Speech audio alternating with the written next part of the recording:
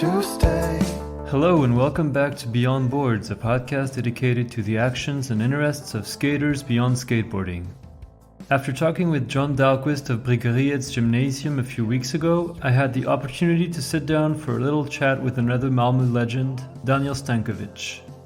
Aside from being a talented professional skateboarder for over a decade, Danijel has worked in various positions at Nike SB for many years up until recently. He co-created a successful clothing and headwear brand called Pose Details. In recent times he filmed, edited and directed the Malmö video dedicated to the local skate scene. He co-founded an app by skaters for skaters called Shinner. He's actively involved with the Bryggeriets High School and somehow manages to be a father and a husband in the middle of all this. So here's my conversation with Danijel Stankovic, a.k.a. Jugga or Jugga. I hope you'll enjoy it.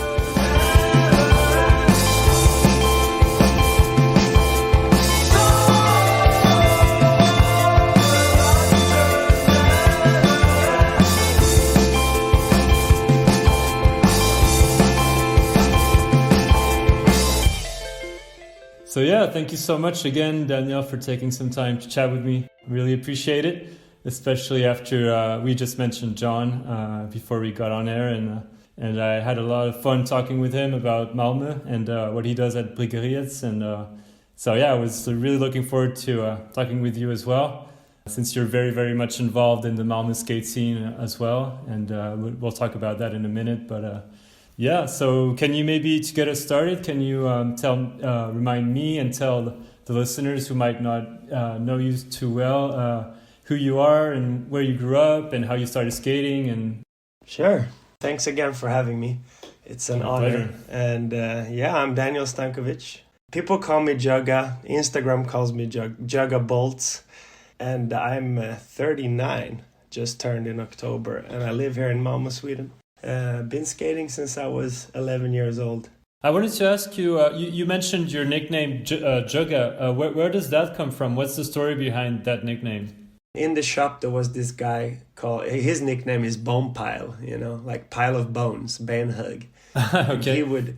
He would give all the kids nicknames, and Jugga, I was from Yugoslavia, and he's like Jugga. And then there was this, it's this shitty tune by two sisters. I'll send it to you afterwards. It's the worst Euro trash disco tune. And they sing you got what I want. And we were on, I don't know maybe it was that I jumped in the van to get like lift to the skate park, and then that song was on radio, and he's like you got, and he's like Jugga, and then he was pointing it, and that from that on it was just Jugga. It stuck.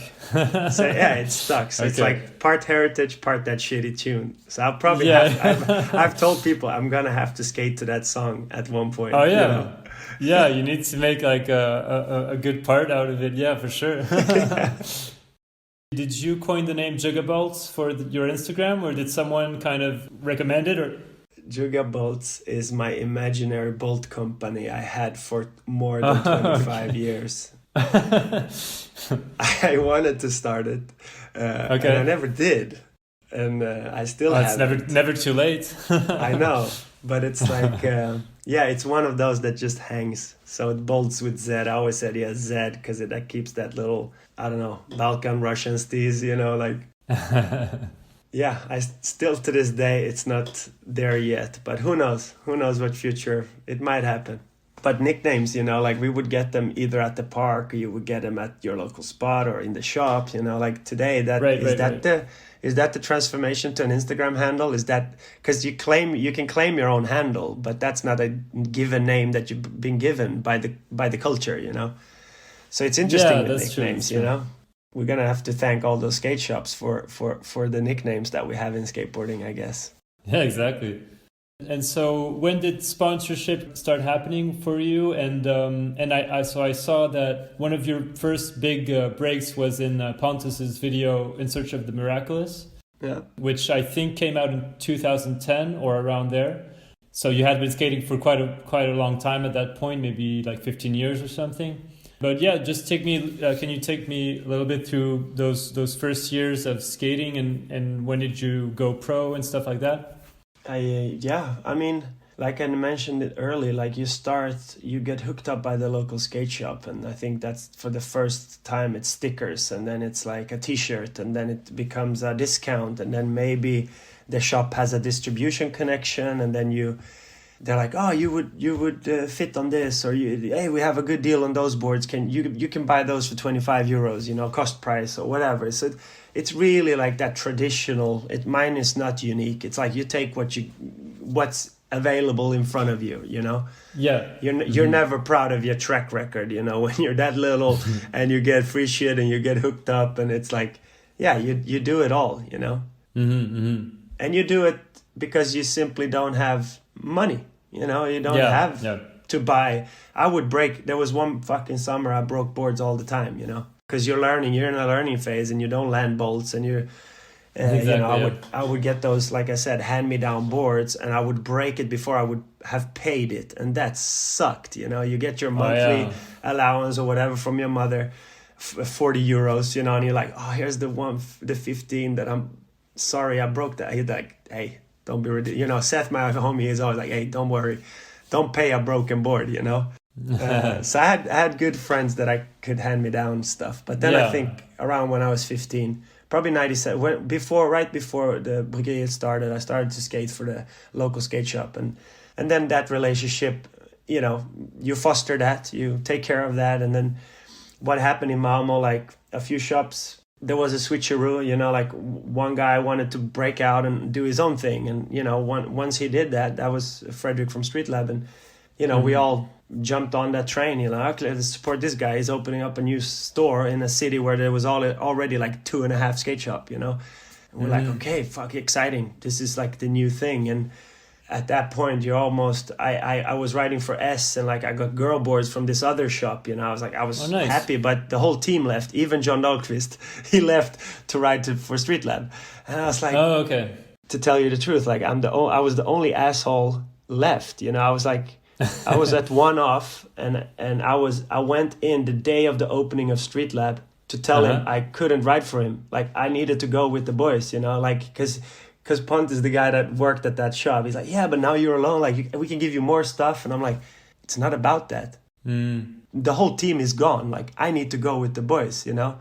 So I was I was so nervous, you know. I was like, fuck, it's like breaking up with your, you know, high school sweetheart or something. Exactly. And I was like, shit, I felt so bad, but I had to do it because also at Street Lab, everybody was going to be there. And also the team photo was on the wall, and I was in that photo, you know, and because this was all planned, and I felt like the worst. And we've talked about it afterwards, and it's funny, you know, but I was loyal to that last minute, and then I'm like, dude, I need to go with the rest, you know. Yeah, sorry, I'm just gonna jump ship real quick. Exactly. And when Street Lab happened, then we all, you know, started to do the videos and start, you know.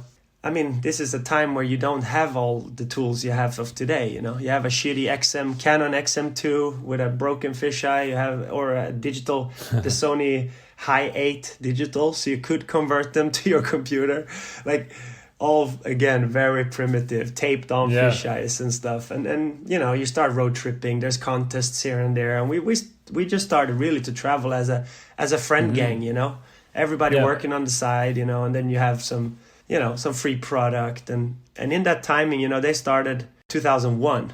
So that's like those, let's say those 2.5 years at Bryggeriet, you're starting to get a bit better at skating, and then you know, with Street Lab, let's shoot some photos, and then like all of that kind of fell to place, because all of a sudden there was an entity, we were repping these kids, like we were all part of a gang, and also feeding off each other. I think you need that, you know. I always felt that was a good vibe to have, you know, someone that you could either feed off or give, and then it's like a ping pong game, and you both elevate together because you're learning together, you know. So, and you push each other as well, because always if your best friend is doing a trick, you're like, fuck, I need to learn it, you know, and you're like, you're feeding off each other. And so exactly, and then I think when it got more official, you know, started to ride for WSC, you know, that was a Swedish company. The clothing brand, right? Exactly. that was also through, the connections that we had through the store. And, I started to work a year after that store opened. I started to work there because I was like, Okay. I was over I worked in a warehouse, really packing groceries, and I worked there since my high school days because my uncle worked there. And I had a lot of, I don't know what it's called in English, practical work, pratique. I don't know what that called. I forgot that word. When you're in school, but you get to practice, you get to work like 6 weeks of your term, you can work at a place and then they grade you on that, Kind of like an internship or something like that? It's almost like an internship, but it's like when you're younger, you're 16 to 18 when you do this. Right. And in my gymnasium, I had like a lot of that time. So I started to do my summer work and went to that warehouse and did my prao or praktik as it's called in Sweden. Let's call it internship. Okay. So the second time around, my uncle was, we're going to get you paid. I mean, you do a full man's work, So I was like, what? Okay, like I'm doing this schoolwork. I'm here 6 weeks like that. For that time, I probably spent it all on custom 1 and 2 and girl boards, because that, I mean, being a kid and having after 6 weeks, I don't know, 1,500 euros, it felt like I won the lottery and it was on school time. Because my friends didn't get paid they did some shitty ass job and didn't get paid, but get graded on it, So I managed to hustle that, which was super fun. And I was super stoked. And, that's where I got loyal to that work. So every summer I would work there for my break, gather money so I could do the little travel or do the little weekend trips. And then day after my graduation, I started to work there full time, So I was there for quite a bit, but then Frederick at the shop, he started the shop in 2001, then he offered me the job in, a year and a half after. Okay. So that was a sick thing. I was like, I can stand here, have almost the same page. I think it was 120 euro difference less, But I'm like, I don't have to lift like 3 tons a day. I can just be here, sell product that I love, be in your own hub and environment. I loved it, Yeah. And then, collect everybody, you would call everybody, let's meet at the shop at 6:00 and then we go hit the streets or hit the whatever spot, you're going to. So that was, skate shop life is good. I loved it. I loved every second of it. So that going through that school, that's I see it almost as a school, you go through that and then you for sure. You build connection. And Frederick at the time had the agency of DVS and Lakai and Matix. Yep. And, he would ask me, I remember like he was going on these sales trips, like he needs to show the collections. And he asked me like, I'm going to go around Sweden. We're going to be away for like 5 days. Do you want to, he was bored probably doing it on his own. And do you want to come with? Like, let's get someone to work at the store and you see how I do this. And so I would like jump in the van, and be with him and meet all the shops and meet distributors. And, so you already from a young age, I started to build my network. Your network, yeah.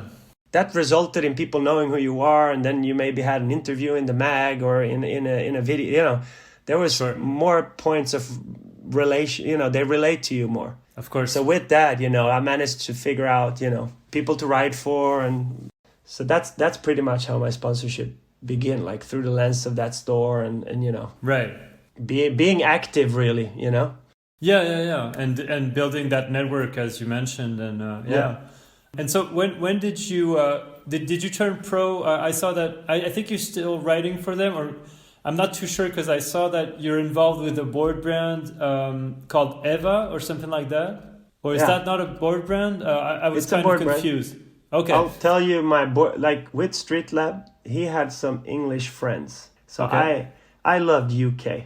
Like, let's think of this time, like 2001 to 2002 to 2004. Okay. Blueprint was ruling.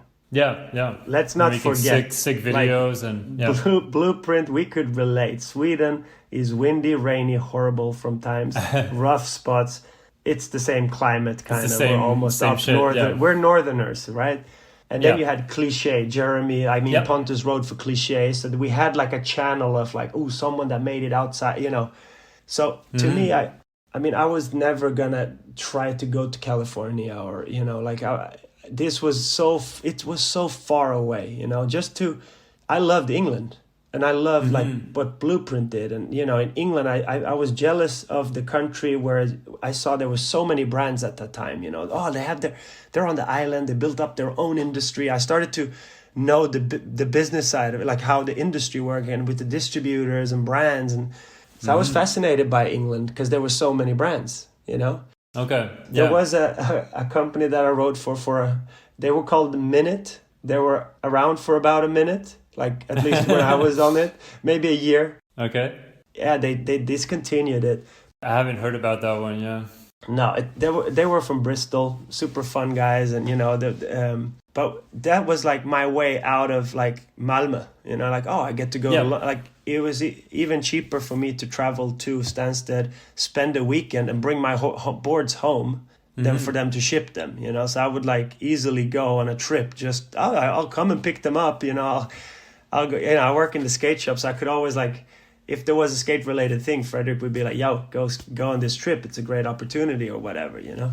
So I would go like a, you know, ping pong between Malmö and Stansted because they were cheap, like 19 euros for a return ticket. You know, sometimes they were nothing, and I was like, okay, fuck, I get to build up like a community there as well, or be part of a gang, you know, and yeah, for sure. And then that brand dissolved, but then the Harmony came about, you know, and the Harmony was, you know, another fresh air, new brand, you know, Adam Munden that filmed one of the first Blueprint videos, you know, together probably with Dan McGee and Ches, and him and David Dixon started this brand called the Harmony, and I got asked to write for it, and I still don't to this day know why. What does England have to do with me? You know, like I'm a little small town boy from Malmö, and I never understand why I would have, but maybe that was a whole relationship thing, you know, like I got some coverage in those media, you know, because you had Kingpin in Europe, but then like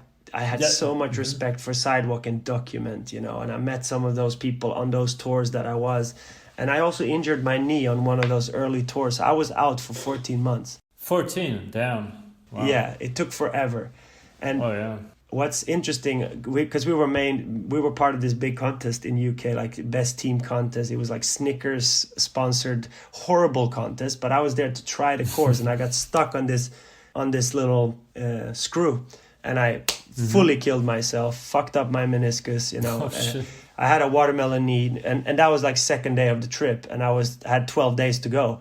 And I'm there like drinking Stella for 12 days in the van. My friend Peter stayed with me, and like we're just part of the van, and they're filming. But what do? Like you try to, you know, I had a iPod. I was like, you remember the iPods? You know, you had 16,000 songs. You were DJing in the van or whatever. Yeah, it's super thick and and you're like part of this tour, and then go home with a swollen knee. But I remember in Milton Keynes there was a van drove down, and then I saw a guy in like a turquoise t-shirt, and I was like, I've recognized that push, and I looked at Peter like, that's Pontus. That was Pontus. And we're like rolling up to the spots, you know. I had like crutches, and like Peter was rolling, and it was him, and he's like, funny enough, he's like, yeah, I'm this UK, he was bummed, he's like, I'm on this UK tour, we're gonna stay for 2 weeks or some shit, you know. And I'm like, oh sick, yeah, I got injured, I'm gonna go home on whatever Saturday. And what was funny, like I flew home Saturday, I went out to my local like bar club. I see Pontus he comes to the bar, and I was like, "What? Did you not? You had the tour, right?" And he's like, "No, fuck. Aren't you supposed to be elsewhere?" Or, He quit. He quit on that tour. Oh, so like I met him in Milton Keynes, but I don't know if he ever repaired it and he flew to. I don't know the story, but I remember like, no, I quit. I came home. I couldn't stand it, you know. So he left the tour. Kind of. That's when he quit. Cliche. Yeah. Okay. But I don't know if that was like the hard stop quit or if he went back to Lyon. I have no clue how his ending was. But like, I remember like him being frustrated in Milton Keynes, and I had a watermelon knee, you know. Yeah. But I fixed up that knee, and then we skated, and then Harmony came about, and then we rode that, and I felt, Harmony was great friends, and we toured a lot. We did some amazing trips, and like you do, you're young, you're just touring, and it was all for content to Sidewalk Document, even Kingpin maybe at the time. And then I think around 2005 I started to email with I also left WSC to join Volcom for a bit with Hans Claessens. He was the TM at the time, and got to do some trips. You know, we were in a puzzle. Puzzle was a big deal. That was European 411. So we had this Volcom trip, Alicante, that we all were. And that was like just when I started to work or started to write for SB as well. Oh, yeah. But I think 05, I started like just emailing people and you know, Seb Palmer, that he does New Balance today, but he was like on SB at the time in Europe. Like he was one of those first ones that adopted it for UK. And he probably knew about me through then Document, Sidewalk and all that, and Harmony. He knew all those guys, you know. We started to just email, and then I think it was early, maybe, I don't remember if it was November 05 or like February 06, but like I wanted to go to Barcelona to shoot with Leo Sharp, like a random mixed tour. But Tom Harrison from the Harmony, he was going, like we were brothers, you know. Like I said, I always had like a person close to me that, you know, I would push myself with, or, you know, have someone to do the ping pong game with, you know, like, because I think you need that in skateboarding, you know. It's not a loner thing. I'm not an individualist I'm not caved off in a solo mode, you know. I always love doing it in a duo or with more people, you know. Yeah, I understand. And we would go to Barca, and I remember I rode for a.k.a. at the time. Okay. I got the offer to ride for Nike, and I went to the TM. He's not with us today, Christian Baumholt, rest in peace, but I told him, like, hey, I have the opportunity to go to Barcelona. I'm going to get my first Nike shoes there. He's like, Nike? Fuck, they're not even in the stores. Like, what are you talking about? I'm like, yeah, but I have this new program. It's going to do skate things. And he's like, you know what? I don't tell the rest. Go on that tour. If you like the shoes, then you should tell them that you quit. But, like, if you don't like it, I keep your spot. You know, he really had your back. You know, it was so cool to be like, oh, I get to test this, because nobody believed, you know. They were all like, oh, fuck, Nike, that fucking sucks. Like, are you sure? And then, I mean, then you look at a fucking Soka Lakai at the time, you know, like, yeah, I don't know. They've done shoes in 40 years, you know. I think they know how to do shoes at least, you know.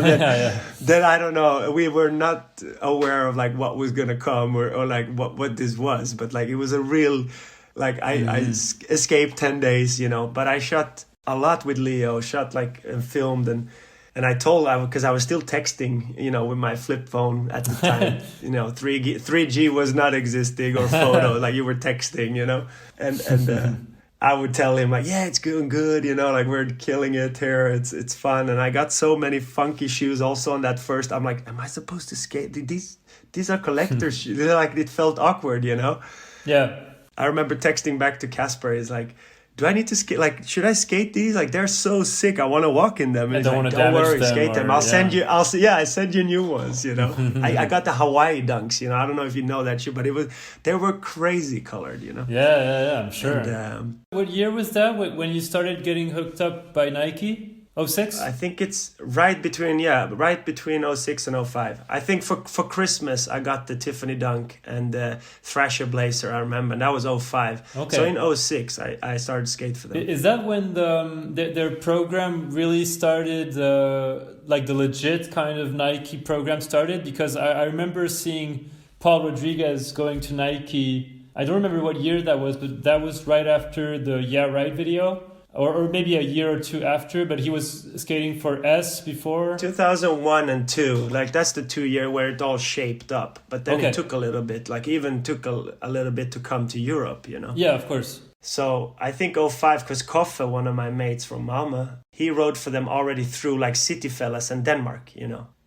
So, you know, Denmark was also, or City Fellas was also a local brand, you know, with a bunch of rippers. And I remember Koffe getting hooked up by Casper from Holland through that lens, you know. And but I went on that trip, and when I got back, you know, I'm like, shit, I got a lot of photos and footage in these new shoes, and they work great, you know, and they're gonna put me on. I think I might get a contract, you know, and that was unheard of, you know, like maybe Pontus have signed a contract, but nobody else around me had ever, you know, got to that point, you know. Sure. It was a handshake and a box of clothes or you know, 150 euro at the time, you know, some very premature. But no, I came back and I told Christian, like, yo, I think this is right for me, you know, I'm gonna switch, you know. Yeah. And I did.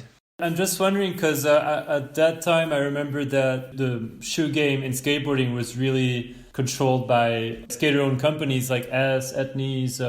You mentioned DVS earlier, like brands like DVS that. Lakai was huge, at that time. And obviously now, especially today, we're in a totally different market where Nike, Adidas, New Balance, Converse basically are the big players. And all the skater-owned brands, they didn't disappear, but they're kind of struggling to compete, to stay at the same levels, so to speak. But yeah, basically, how did you have doubts, basically, is my question, about going to Nike or because of that whole context? Yeah, everybody around me were like, it's sketchy because it's unheard of, right? It's like, I would ask friends like, do you think I should do, But then like getting that much like when you put them next to each other, the two deals, or what do I have here? I write for distribute, And my ambition with Lakai at the time, because again, Blueprint, Royal Family, Nick Jensen and Brady, I've watched their parts a gazillion times. Lost and Found is, one of my, that and Andra Akten is like the two best skate videos, I think. But just because it was unheard, I had some local, we had already worn Nikes for party. Like you would wear them as a rocker's shoes, you would just rock them when you're not skating. Sure, fat. You would say Jason Dill go to Tokyo in an Air Max. It looked cool, Like there was a coolness around the air bubble, and it's Nike, Michael Jordan idol since I was a kid, But I really looked at just like, hey, they might be able to do something, because what we wanted to do was like the Vikings, like take those Scandinavians, the Neighbors video had just released, I think. Oh yeah. And we're like, maybe we can do like the Vikings, a segment for Lakai to like invest the same way they did with like Royal Femme and French Connection with JJJB and Lucas, yeah, and Lucas, and then you had the Royal Femme, and then because we were a tight team up here in the north, I think we could have, but I think, the market were probably not big enough, or they didn't have their eyes on that field, but I felt like, I can stay here on a distribution deal which means nothing, and probably I will just get stuck, Yeah. This was my like exit on getting shit done. Yeah. Like, wow, they're gonna do travel support, you get a base compensation, and you get so ridiculous amount of shoes. Yeah. You're like, oh, okay, this is fucking no-brainer. It made much more sense, and it was a better deal for you. I understand. So I took it, and like my first quarter or whatever, however you look at it, like from that date, I got the cover of Sidewalk, I got the cover of Document, and the cover of like Giftorm back home. So it's like I had a hat-tricking cover my first half year at SB. Damn. We signed this new guy, and then you're like, I was so fired, let's go, and I was just like, and that meant something at that time, For sure. Yeah. I don't know if that has the same value, but I was through the roof, like, wow, I get to be on the cover of those magazines that I love, it's like, it puts you on the map, basically. Yeah, for sure. Yeah, and that helped my UK kind of, it helped me out there, and that's why Harmony became the obvious choice, and we built it from there, and they turned me pro, it was their brand that turned me pro.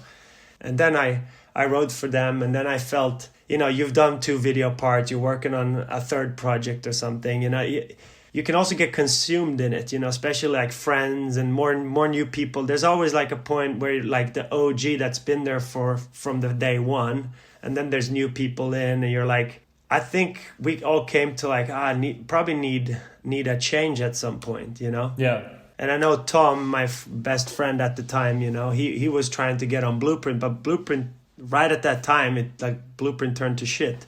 After the last video, and then it kind of all, it was done. Okay.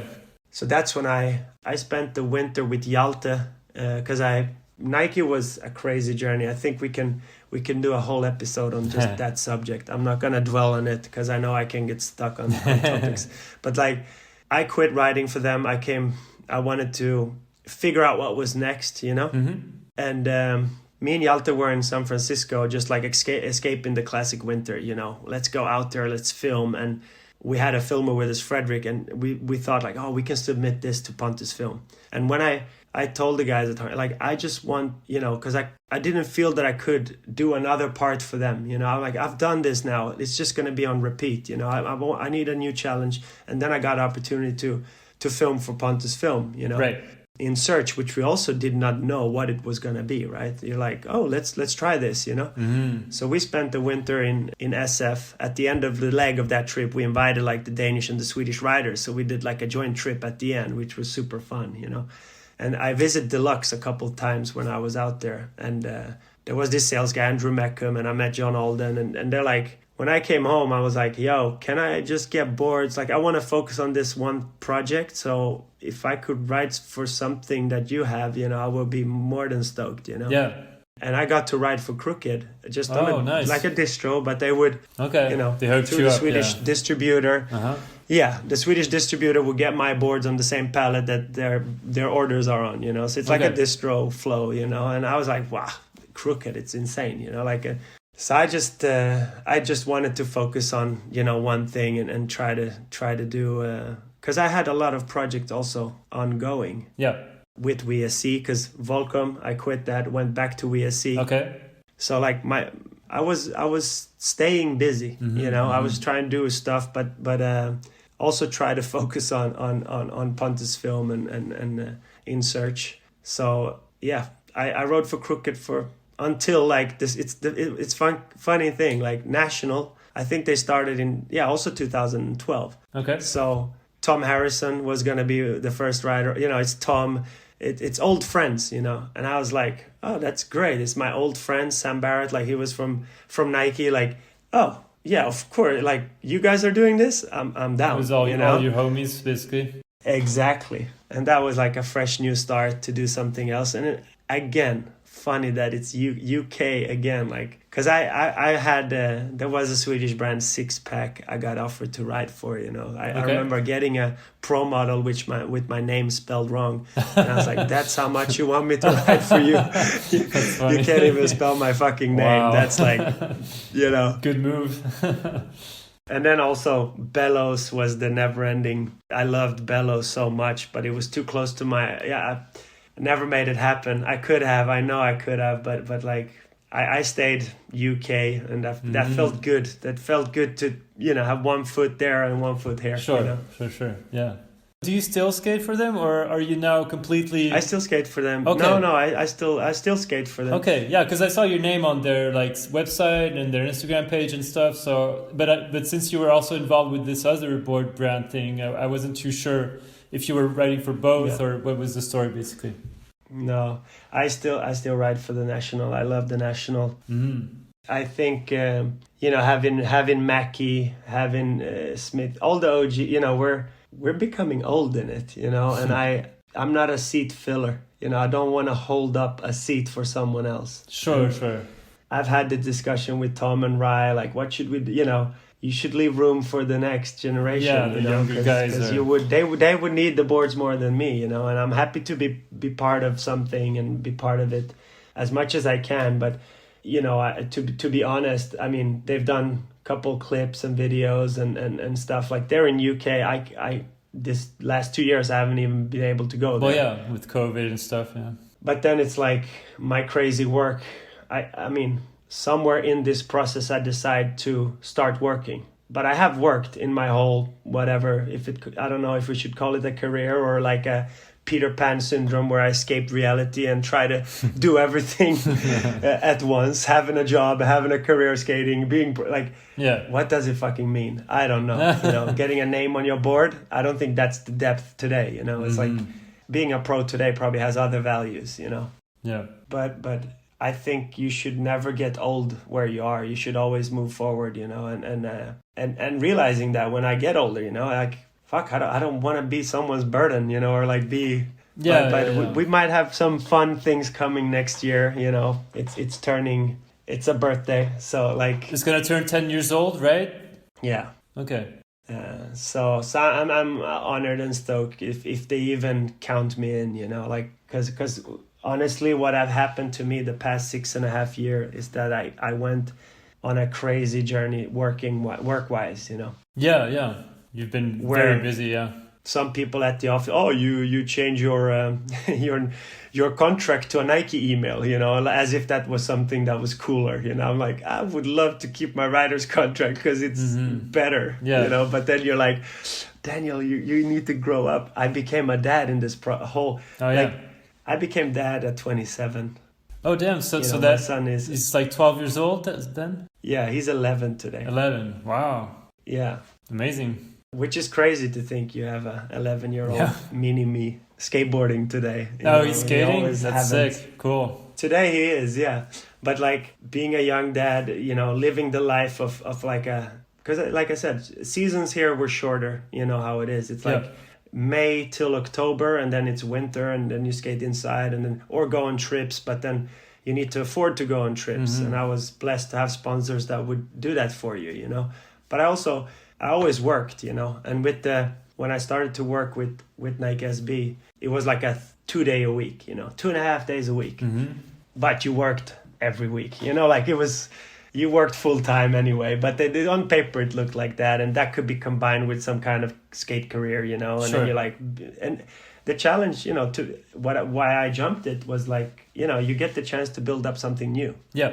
And that's always excited. Consider it if it's a brand or if you know, get a job, like a new adventure. The newness is exciting in my head. So, you know, I was like, this was April 2nd, 2006, when I was like, because this was something happened also I worked at Street Lab. We built that up to what it is today, you know, with like 3 friends. We hired another guy to do the web shop. And then, you know, like in a timing where it converted from mail order to web shop, you know. Everybody was supposed to have a website and a web shop and blogs. And like it was for a shop clerk, that was like overwhelming. Because you're like handling customers, you're doing buys, you run the store 9 to 5 or whatever. And then there's another layer coming on top of it, which I could not code. I couldn't do Flash. It was all Flash at the time, you know. So we invested, like me and Frederick that worked at the store. We're like, okay, let's take this other guy and do the web and, you know, building up a website. That's like building a whole new company. Yeah. You had to be aggressive on marketing, but like we never had money. We're just gambling with the risk of like, fuck, we need to jump on this trend now to survive, you know, because web is the future. Yeah. And we would be stupid and ignorant if we wouldn't, you know. So I remember that year we did all these commitments and you know, we saw you know, it was a boat carrying 2 people and we were 3. So it's like every month you're throwing water out of that boat, you know, and then you're almost in a sinking phase. And I remember like a New Year's Eve at the boss house, you know, at Frederick's house, we're like drunk crying, like, what are we gonna do? Like we got the accounting, like either we sit in that fucking boat, all 3 together and see if it sinks, or like try to like keep it alive, or someone needs to do something else. And I looked at like Rasmus did the web, like we just invested in like him taking it to the future. He cannot jump off, you know. And then I looked at Frederick, like you're the founder, like you cannot jump off, you know. Yeah.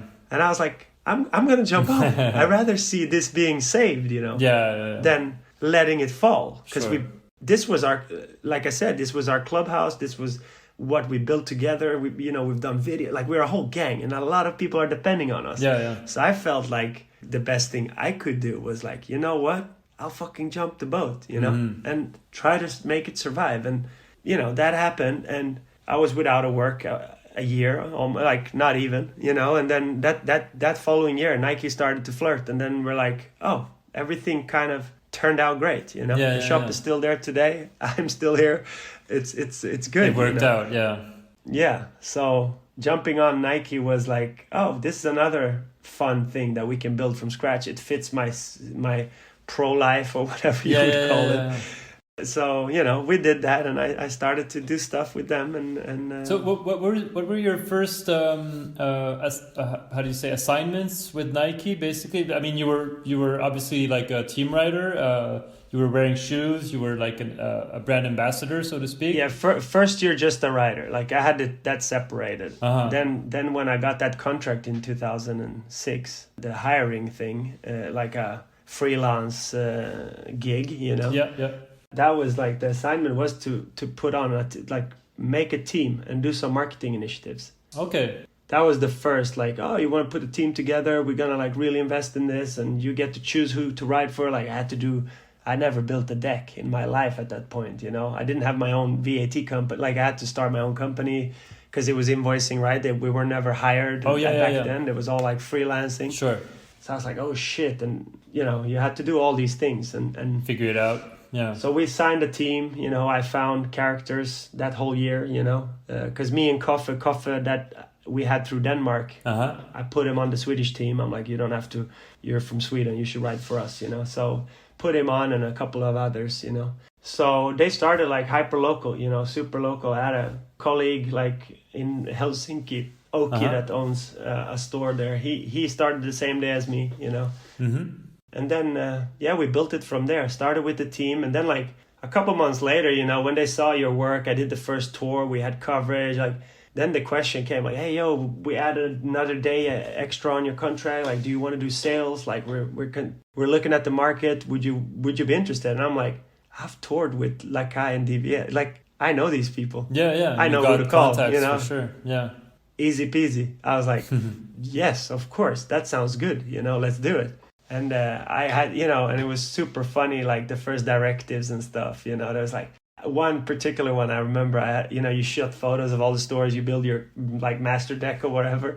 And they're like, yeah, have to take these shops out. And they sell snowboards. I'm like, have you guys been, you're in Holland, have you been to Sweden? We have a harsh winter. Like all the skate shops in Sweden sell snowboards to survive the fucking cold months.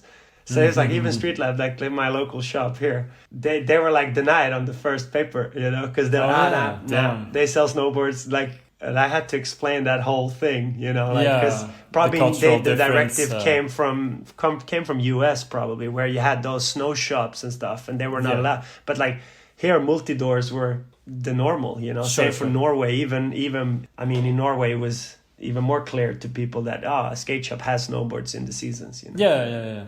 But yeah, it was like really a band of misfits, you know. We were all like, in the beginning we were like 5 people, then we got some reps, you know, and we grow that family organically, you know, after markets that you know, once a market was stable, you look at other. So it was a fun thing to be part of, you know. For sure, and to me, like, hey, I had a brand that I could do a tour. I could have a team locally. I could get people paid. I could do content for the magazines and do tours. Like nobody else would pay us tours, you know. I would get invited to go on like a WSC trip or whatever, you know, occasionally a year, you know. At that time, I think so. Board brands and potentially like Carhartt and a handful of other brands would do like big tours and stuff. Yeah. But I felt this was like a real vehicle, like a tool to do great stuff. Yeah. You know?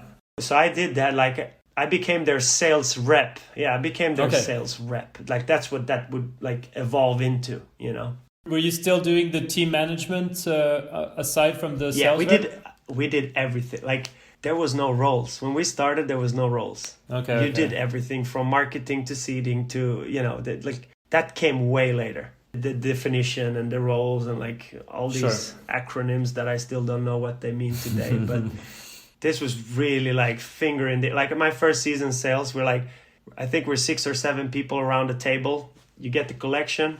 Agra would lift up a shoe and be like, Jugga, how many shoes, how many of these can you sell in Sweden? I'm like, I do 150. You know, you wouldn't know. It's 9 months before you go to market. You know, you're like, what the fuck do I know? You know, but I love shoes. Like I'm a shoe fetish. You know, I love shoes. I have, let's not talk about it, but I have insane amount of shoes. Because I've been a collector way before I even started Nike. But then being at Nike opens the holy grail of collecting. Sure. If you're into that shit, you know. Yeah. So I did sales, like 29 sales seasons of SB. That's a long time. Yeah, that's a really long time for sure.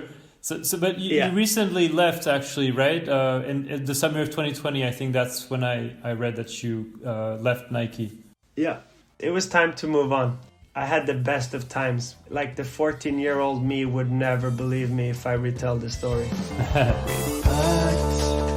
Our belongings already 1,000 miles away. Only ashes will remain when you get this letter. one thing we didn't touch on was you asked on Eva.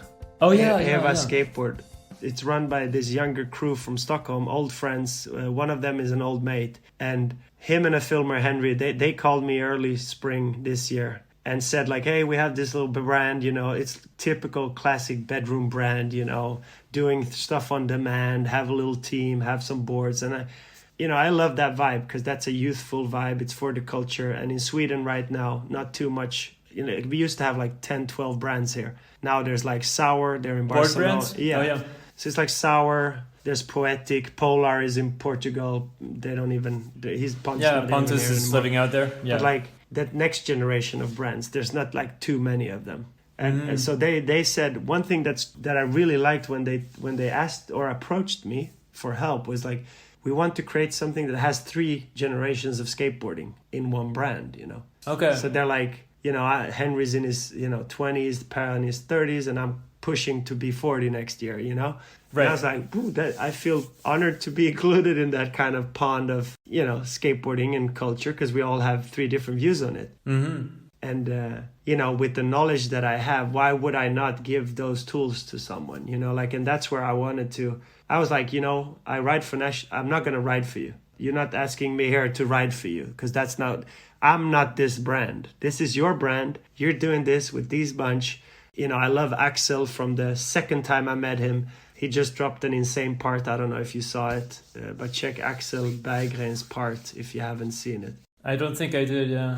It just came up live yesterday. But like, oh, okay. I love the crew and the vibe, and I hope, I'm behind the scenes and helping them just to get the shops, the distro, like some of those things that you don't know when you start a brand. So I'm kind of giving them my little toolbox, Right, okay. and helping them out that way, So Okay. that's why I'm kind of like involved with Eva and trying Yeah. to, Promoting it. Yeah. Going from the bedroom to the living room. Now we have Zoom calls in the living room. Next part is like, let's be a proper company at one point, or like figuring it out, Okay. Or it's better to just do it as a crew. It be, whatever we decide or they decide with it, I'm going to try to like help them do, because I think Sweden needs it as well. We need a new fresh air, Sure. You said we could touch a little bit about your parts in Search of the Miraculous and Gray Area, and how you met up with Kuba and the guys that made those videos in Poland. So yeah, let's talk about that a little before we go back to Nike and post details and Shinner and everything. Yeah, I mean, we spoke about what happened from like 2006, and then there's 4 years until In Search premiere. Right. But like Pontus is probably filming during this time, right? And becoming like that one of those riders that are Nike. We started to tour. We started to get invited to do tours. I got to tour with the former Blueprint team. I was in Miami with Colin Kennedy. We collecting footage. Some of that footage that I have is from around the world, from those tours. Okay. So like filming for In Search, like I still have this one thing, and I'll get into it later, but I was constantly like you had the work travel, then you have like sponsorship travel, since I had like multiple sponsors, there's always something happening at one of them, if it's not we a sea shoot or like doing a trip there, then it's a Nike SB thing, and then it's a with the skate shop we're still doing videos, and then it's Pontus out here, so yeah. I mean, if you look at In Search of Miraculous, there's some SF footage, that is in your part, you mean, or in the video in general? Me and like I told you, me and Hjalte in SF. Okay. And then there's the Malmö footage. And if you look at the Malmö footage, I have the same board and the same shoe on probably 80% of that footage, because it's one day. Some of those, it's actually like 3 days, I think. Okay. Most of it. And then there's like one sporadic trick here and there, like the only over to the fridge was probably the last thing we landed. Oh, yeah. It's already starting to be winter and cold, But like, so I was never satisfied with that part. Like, we're skaters, right? We're never going to get satisfied with a part. Yeah, we're our worst critics. Yeah. Yes. And still to this day, even when someone like Pontus, he is also a critic, like one of the strongest opinions, But like, I mean, that part was sick. We were part of a new thing from him, and, Polar came out of that, Yep. And then I remember telling Kuba, because Kuba from Gray Area, he was a sales rep for SB. He was one of those that we hired to that squad, you know, not me personally, but like he joined that squad. So I got to know him and he told me he was doing videos. And he has footage on some old Nokia phone of me. We're drunk as a skunk in somewhere in the world. I don't know if we're in Barcelona or wherever we were, where I'm like, when I'm done with this video, I'm going to film a part for you. And then I read about this in an interview. Yeah. Yeah. And he's just like showing me like, I don't know if it was on the premiere night of if he was out. I don't remember. But like he's showing me that and I'm like, yeah, I'm a man of my word, you know, of course, let's do it. And high pressure days, you know, I was a dad. It was already. I was working and Kuba wants a part out of you. And of course, I never wanted to disappoint anybody, you know. Sure. So I was like, okay, let's go. And, you know, got to go to Poland, visit them and did that part. But our relationship, I love Kuba, you know, I love him a lot. Like even in COVID, the only trip I did in that year of 19 where it broke out was to Warsaw or in 2020 to Warsaw to meet Kuba and Jurash and film with them for the new project, you know. Oh, nice. Cool. I always loved Balkan, Eastern Europe. Like it's untouched. It's still, not to say the specific year, but the 90s, 93, it's still untouched down there. Like our first Nike trip I did with Nike SB Sweden was to offer them, do you want to do Gran Canaria all-inclusive hotels or do you want to go to former Yugoslavia? I take you to all the countries. We go 14 days and do a full circle. And everybody was like, what? Yeah, let's go there. Yeah. Nobody's been there. You know what I mean? And you give back, you know. By going there, there's still people down there that talk about when we came because nobody else has come since. Yeah, it made much more sense to go out there for sure. And even with your personal history with, Yeah, and Poland as well, you know. Like it's funny, we joke about it, like I'm part of the Kolegas, you know, and when Grey Area came, everybody thought I was Polish, you know. Danijel Stankovic, yeah, of course it's Polish, you know. Could have been. Yeah, could have been, for sure. And then, you know, we just kept on working. I mean, we worked together, but then, yeah, one part is out and then it's something, it always has to do with you're not happy with what you just did. So you're like, you want to outdo yourself. Yeah. And I have that crazy. I don't know. That's a disease, you know. You carry that shit and that can eat you alive, you know. Yeah. I have that in my work. If you heard from people that I work with, like copy paste is not the jam, you know. Like I always want to outdo what we did the previous year or like what we did with the last campaign. Just because we invented or discovered a formula, we still had to do it better the next time. I'm never happy with, you know, it's good. Settled. Like, yeah, because I mean, I have everything to thank skateboarding, as corny or cliche that might seem, but like it has taken you through so many phases and it had helped you navigate. And you know, you by always being hungry or always having that, that you can never fulfill it, you know. Sure. Yeah.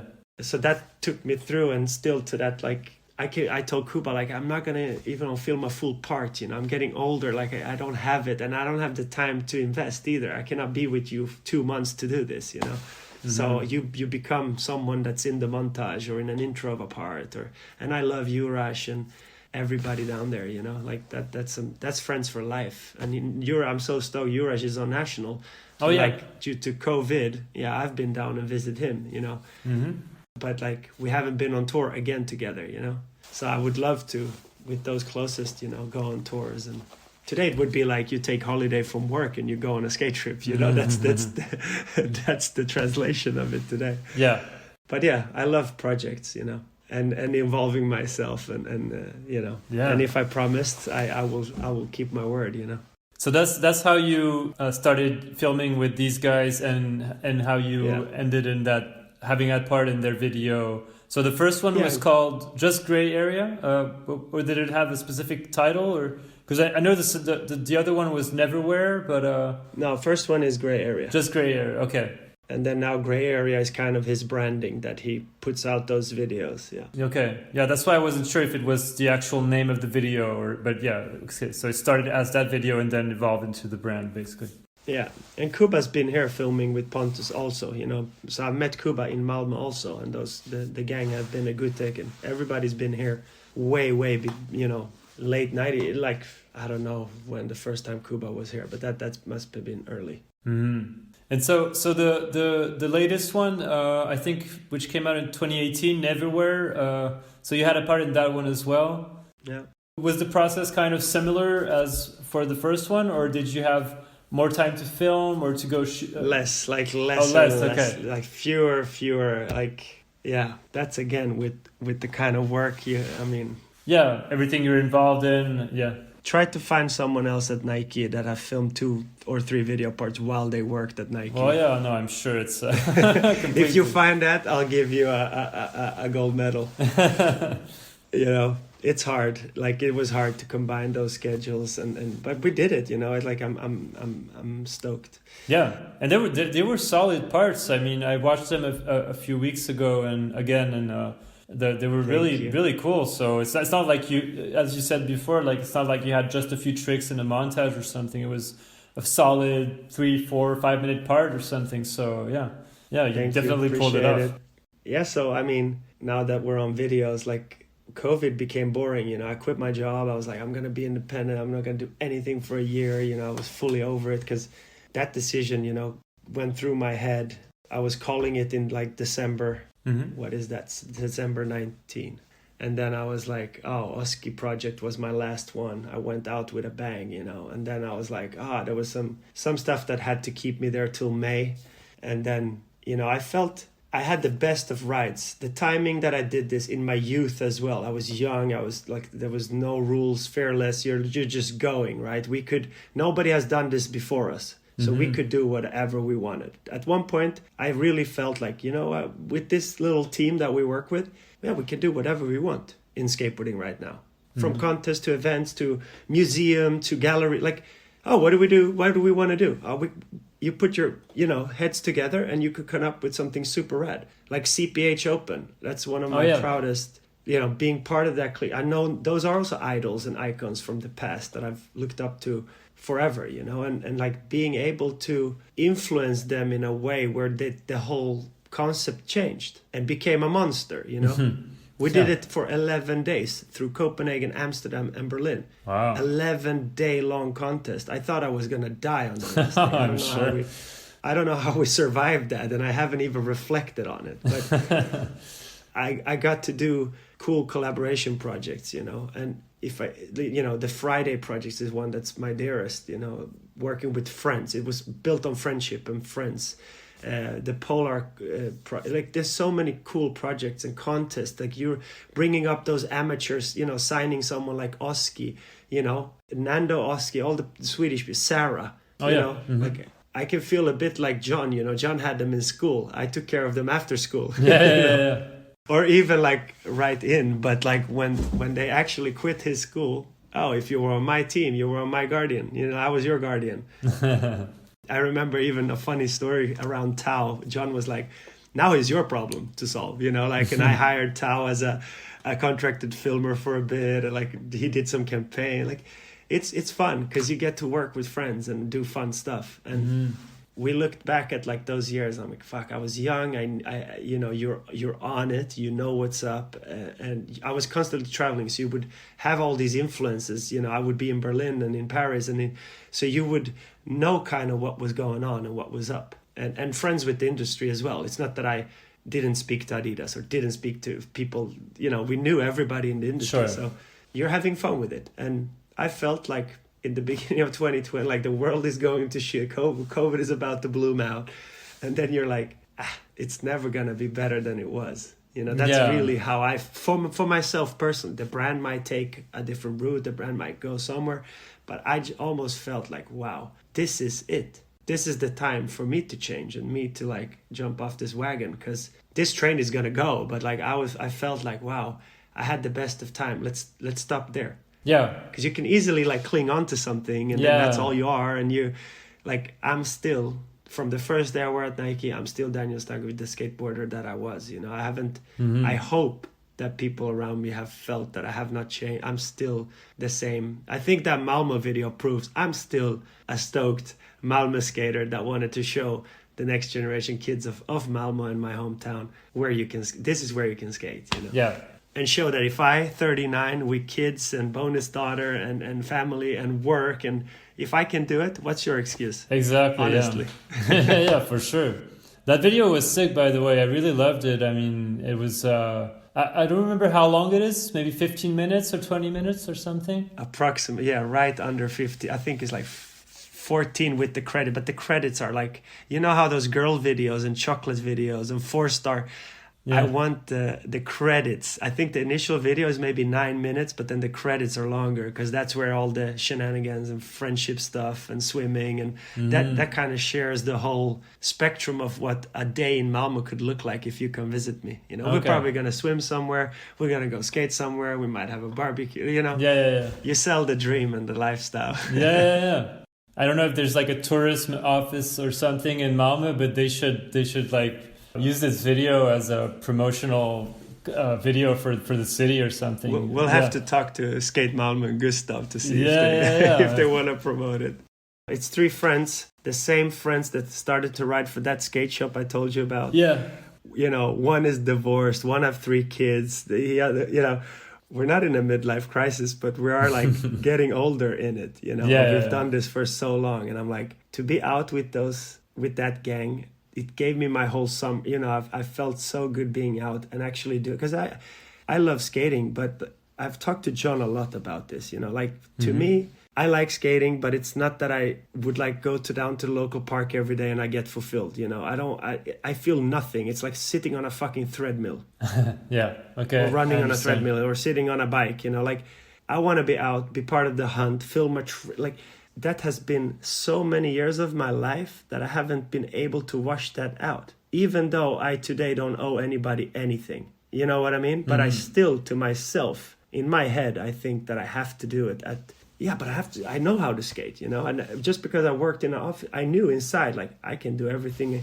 You know, I'm better now than I was 6 years ago. And I think that video part talks that. Like, that was 3 months of work. You know, we can do this. But like one thing I still have on my bucket list, it's a part made with one filmer. I've never been able to do this. And this is my biggest dream still. And I hope I get to do this before I, you know, can't do this no more. Well, it has to be someone you see every day. So maybe like your partner or you're one of your kids or something. I need to teach Maxi how to film or something. Exactly. Yeah. It will make it easier for you. Exactly.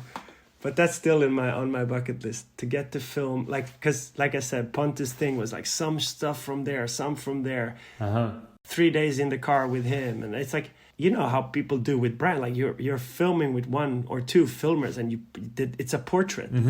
I feel like my parts have never been that. You know, I go in and out of Poland, and I go on a trip. I beg the filmer on that trip, can I get the footage to give to Kuba? And it's like, Kuba has also said to me, I'm not a national filmer, you know, you can't afford me to film for national, you know, so his tricks was for his video. But I was like, no, but national's going to come first. Can you just release this and then I'll film new stuff for you? And it's like, you know, you have to like, it's difficult. Dance between all this. And I just want one filmer, one commitment, and do one. I'm never going to say last, but I'm going to say last. I mean, it doesn't look like you're slowing down anytime soon. So you have probably have plenty of other video parts in you. So let's see. It's hard. It's hard to squeeze that out. I'm sure, but yeah. And then with Malmö, it's like, where does a skate video, like a scene video? Because I joked with Roland from Place, like, but back in the day, I would slap a sticker on this, sell it for 10 euros at the skate shop. It's my local video. But today, because there is internet and these tools, like, but should I put it online? Like, is this for online? Is this for the globe to judge and watch and take part of? Or is this still just a little scene video, but everybody now have access to it? Yeah. Where does this land? I still have a hard time figuring it out. Because should I convince Thrasher to put this in? No, probably not. And then Roland with Place, they've done a Malmö issue. He's a close friend. I'm like, hey, could you house it? Like, I don't know if it makes sense. And he's like, send me the link. And I'm nervous uploading that shit on Sprend and because you're like, I wonder if they're gonna judge, you know, am I gonna have to re-edit it? And I'm like, fuck, I'm not a 17-year-old that needs to be judged here right now, you know. I just composed like a great feeling out of Malmö. But like, where does that sit today? It's hard. Like, there was close to 300 people at the premiere night. I got a shock. I saw pictures of it. I was so nervous. Like, I even looked at my wife like, I want to go home. Like, I can't deal with this because there's too many people. I was expecting like 70 to 100 people, and half of the town is there. You're like, Jesus Christ. I'm sure it must be really nerve-wracking. Still humble and modest to the cause, but like, where does this sit today? You know, it's difficult. I don't have a YouTube channel with like where you can subscribe. You know, it's not. You know, I'm still clueless on where this sits. You know. But I mean, regardless of where it sits, it's a really cool video, and it really portrays very well the energy and the friendship that seems to be very important between all the guys you see in the video, and the scene basically of Malmö and the spots. And so you should be really proud of yourself. You made a really cool thing. And thank you. I mean, I am proud of my gang. You know, they did it. There's so much more I wish we should have done. There were skits written down. There was, I mean, when you asked to interview me, like, oh, you're full of energy, you have a lot of projects. Like, imagine how many projects I have, and imagine how many don't get done. Yeah, you know, it's it's endless, and I have idea. Sometimes you're just like brain farting all the time. Like, so I'm happy with what we released, but like I knew what it could have been, and maybe that's why I'm not like fully satisfied. But again, it gives you room to do the next. Exactly. That's what we love, and that's why we keep on doing what we do, and at the age we're still doing it. I mean, honestly, I just want to inspire like those around. My kid was at the premiere, and that to me, you know, he was so proud. And you see like that like everybody, it made me want to go out and skate, and I'm like, exactly. Thank you. That's the only, if I can transform that feeling to you, I'll do that with a smile for the rest of my life. Thank you. That's a superpower. Yeah, and that's really what you want from a skate video. I hope you'll keep doing more videos like that. Yeah. And let's talk a little bit about post details, because you mentioned your career at Nike, and so in the middle of all this, so filming video parts, having kids, and working at Nike and everything, you managed somehow to launch a brand, a headwear brand basically, and clothing. And so can you tell me a little bit about how that whole thing started? And I get to, like, Martin Ottosson. He's one of my still idols, you know, one of those older ones I told you we were eyeballing at the park, or like I've been a fan forever. And then we get close enough friends, you know, and we skate together. We go on tours. He was a filmer for a long time and shooting photos. So every Nike trip, I would take him as the media partner, you know, because he had his own podcast way before people were doing podcasts. Okay. He had his own website way before people did skate websites. He's a very interesting character and you know, a great friend. And in Nike, because I would, you know, see, like I said before, you're in that loop of like getting influences everywhere, and you're traveling, and you have the finger on the pulse kind of. At the same time, I was so frustrated. I was so frustrated on so many things. I'm like, how can Nike SB not do a good hat? Like, we're Nike. We're one of the biggest companies in the world, and you can't figure out how to do a 5-panel hat. Like that, I couldn't understand it. And, you know, at this time, when is this? Like 2010, we probably started to talk about it. And then it took a few years. I think we sampled close to a year in search of that perfect, you know, snapback fit. Right, you know, yeah, in France, probably 5 panels were booming. Like, but up here, like it took a shift from that like Norse Project 5-panel, Supreme 5-panel to more like a baseball cap with the, like a trucker, but not with the mesh, you know? So we were like sampling that as crazy, you know, found a factory, and literally it was out of frustration. I'm like these guys cannot figure out headwear. Like let's do, because we talked about like watches. We looked at like accessories. Martin is a big Mac fan, so like all accessories you could think of. But then if we looked at the cycles, like they drop new shit too quick. So our production would like come, and then like they would change the format, and then it's irrelevant. But we started to do, like you said, we focused on headwear, like beanies, and I think it was like 4 beanies and 3 hats in the first drop or something. And that's what we started. And also I worked in this, I knew the retailers, so it was almost like plug and play. And we saw that not too many did a good hat, you know. Quiet Life, Huff, Supreme, same factory. Oh, really? And then other brands were kind of struggling with the fit, and we nailed them. Like if we felt that, okay, I want to wear this, you know, like this is great. And we took in some feedback, and that's really how it started. It started out of a frustration based on also like me and him wanted to do something together, because he had another skate company for years and a distribution, and they had wheel brands, and so they did a lot of stuff already, but we wanted to do something together, and that's how we started. So what year did you start the brand? Do you remember? 12. Same year as National, yeah. Okay. So, yeah, we're turning 9. We just turned 9, November. Cool. It was a creative outlet for, I mean, he's done everything you can do with a computer. Like he's a great editor. He does commercials, you know. He does now he works on a big agency. So like he's the design director. Like the guy is insane and amazing. Done videos, like I said, Andra Akten, best skate movie ever. I'm gonna send you. Yeah, please. Yeah, I'll check it out. You know where I get the inspiration from for my video, but like. It was our creative outlet, and it was like how we take this digital world and put it into like something wearable. And I think we just did 50 promo shirts sent out in the box, because we agreed like every box a retailer would open, there would be like a gift in there. Oh, okay. So like I think third season we just put that t-shirt, like a promo t-shirt with a hydrant, and we're like yeah, maybe we had good feedback on these, you know. We had good, because it wasn't like a blank shirt that we just printed on like a Gildan, or it was cut and sew, made from our measurements, you know. We're tall ass dudes, so we wanted like clothing that actually fit us. Yeah. So from there on, like another season, you add two shirts, then you add this, and then slowly but surely, you know, you add retailers on, and then you are all of a sudden a brand. But we have full-time careers, like.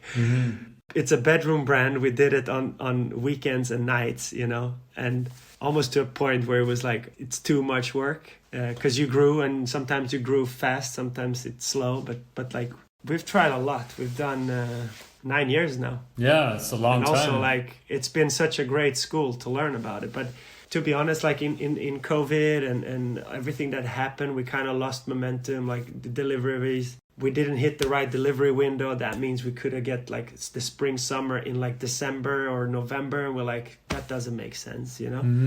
And also like being a small brand, we decide when we want to launch. We didn't have to be part of a calendar, you know? Yeah. We could do whatever we wanted it to do.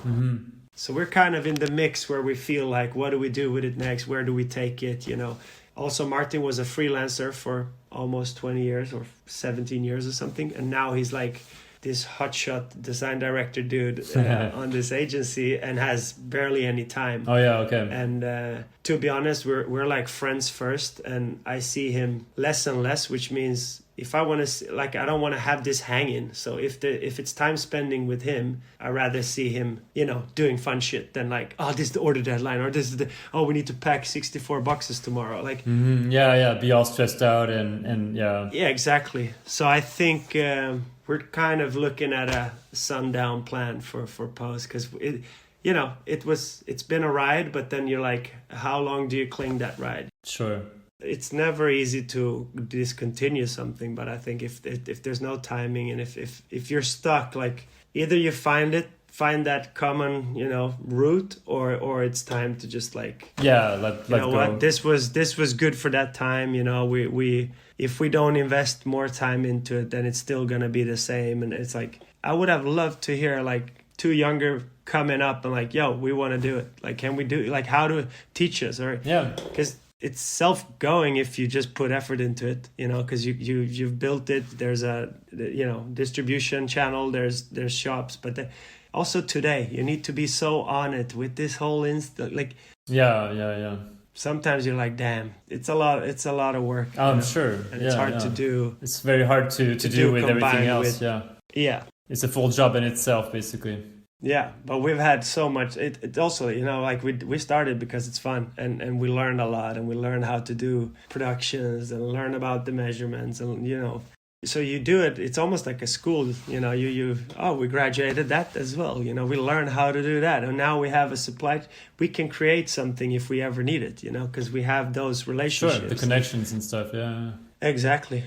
So I heard that LeBron James wore one of your caps. I don't know at what occasion and how he found your brand, but can you take me behind the scenes on that? That's one of those fun icebreaker moments where people heard about us. But like, yeah, I had nothing to do with that. People at Nike thought that I had something to do with that. And former Nike employees, like, I don't know LeBron James. I have nothing to do with him. He's not your best friend? No. You don't call each other every day? I wish I was on his... Yeah, exactly.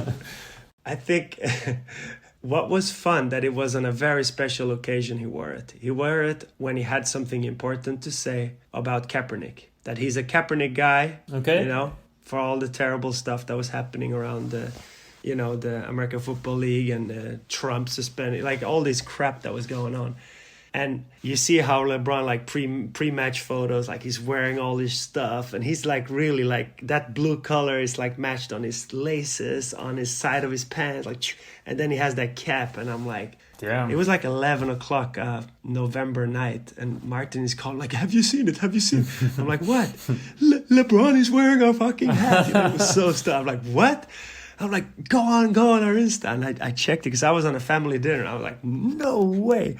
And then there was some photos where you could see it. But then when he's really like, when he's talking down to them, because he's like 2 meter whatever. Yeah, right? So yeah. he's like looking down. So all you could see is that post logo. It's like in the...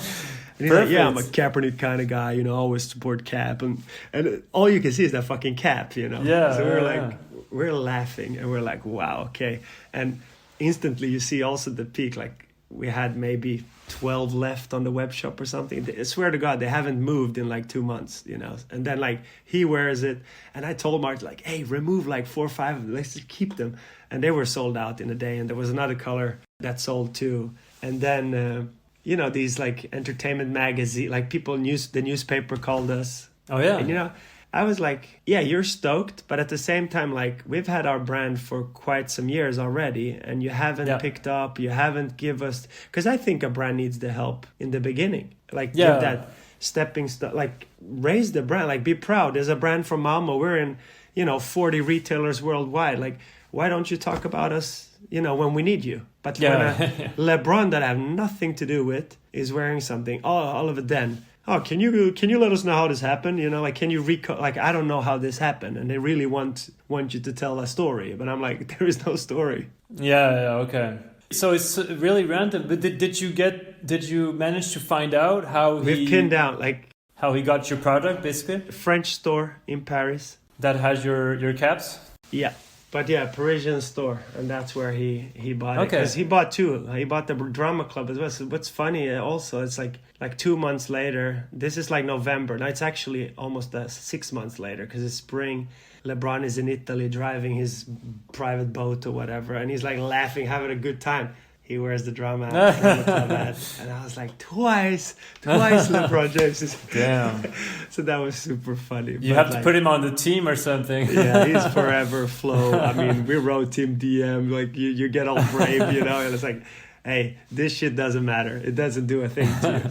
But from recognition, it's fun, you know. It's like it was a fun story to tell, and I mean that's a bucket list. Yeah, LeBron For wears sure. It. Cool. I mean, there's a lot of Swedish brands that LeBron did not wear, so exactly. Yeah, they wish. Yeah. But yeah, I understand what you mean. It is maybe a bit frustrating that it didn't happen earlier. Kind of that it could have helped you. I just hate that lot. news flash, you know, fake news or whatever. Like, ooh, can you tell us how this happened? Like, what do you want? Like, you didn't help us before. I have no comment. Like, he's just wearing it. I understand. LeBron James wearing Malmö caps was the headline. Oh yeah, on the newspaper. Okay, you're like, oh, you're making this Malmö all of a sudden, yeah. Exactly, that's what I mean.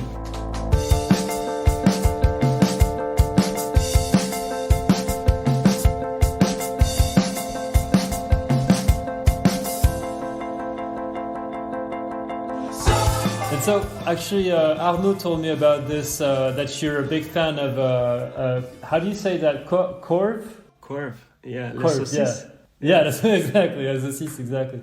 So you had like this capsule collection for Post Details with like Korvs, and I think you did something with WSC as well before that, around that theme. Long time ago. Korv is hot dog, Korv, sauces. It's bread, meat, and sauce. Like, I grew up, I told you, like, every birthday my mom would make mashed potato in a bucket, turn it inside out, and put like hot dogs into it, and then ketchup, so it become a hedgehog, you know, birthday cake hedgehog. I have photos of this from when I was like 3 years old. Korv's been in my life since day one. I even got a hot dog tattoo.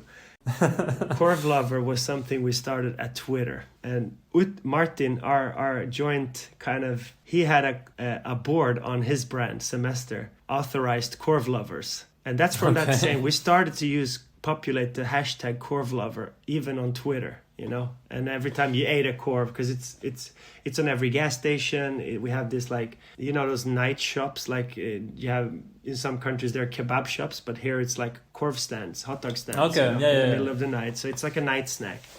So we just had fun with it because it's part of that Swedish cult, the Korv, you know, it's as the Germans has their bratwurst or whatever, their Wurst. Yeah.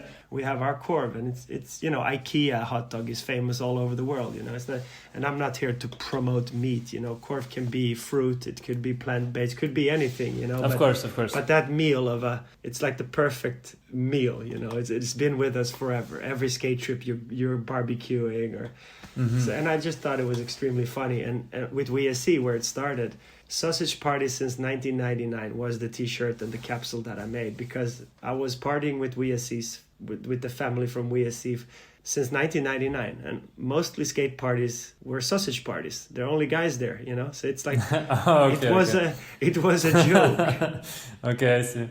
You know, so when we did that 10-year like WSC's anniversary, like sausage parties since 1999, that was like my joke. But then we embroidered and we did a full capsule. It was the most amazing summer. I did like launches from Copenhagen to Antwerp and to Paris. We did one in Paris. Yeah, cool.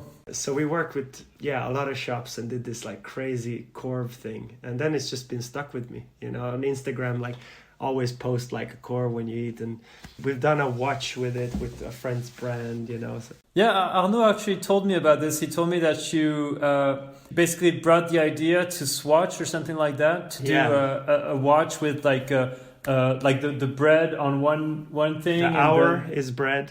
The minutes are the Korv and the seconds are the mustard and ketchup. So 12 o'clock, they're all aligned. They're all combined. That's the timing when you eat it. It's lunchtime. It's brilliant. And then 12 hours goes by. You're back at 12. That's 12. That's midnight. That's time for that night snack at the nightstand. So it's like twice a day, you know, keep the doctor away. So it's just it was just a stupid. This was like a brain fart, snilleblixt we call it. And me and Martin has this WhatsApp thread where we have snilleblixt, like where you come with all those stupid ideas and we just write them down, and if they're good enough, you bring them to life, right?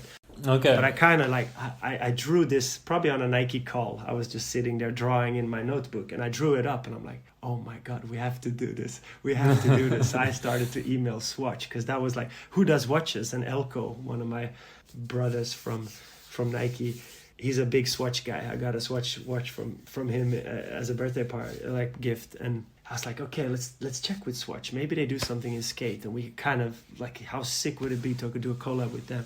And I've emailing like super ambitious, build a deck, you know, selling the dream here.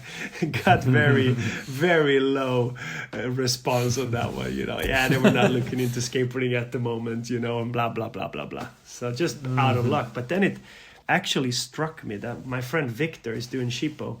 So I was like, oh, I wonder if I should call Victor, because that's a friend. It's even more fun to work with him, you know, like, because he's a friend of us. So I send him, and he was just starting to laugh. I think he laughed like, hey, this is ridiculous. This is so stupid.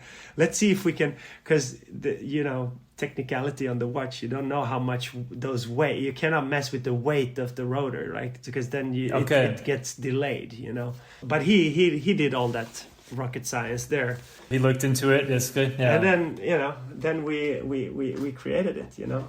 Oh, that's sick. Awesome. And it comes in a hot dog stand, you know. Of course it does. The whole theme was made, you know. So this is one of those close to heart projects, because again, we had fun doing them, and that's what I can say. Like, if there's one word to sum up Post Detail, it's been really fun. You know, it's fun to do stuff. It's fun to realize that idea and then reverse engineer it to where you want to go with it. Yeah.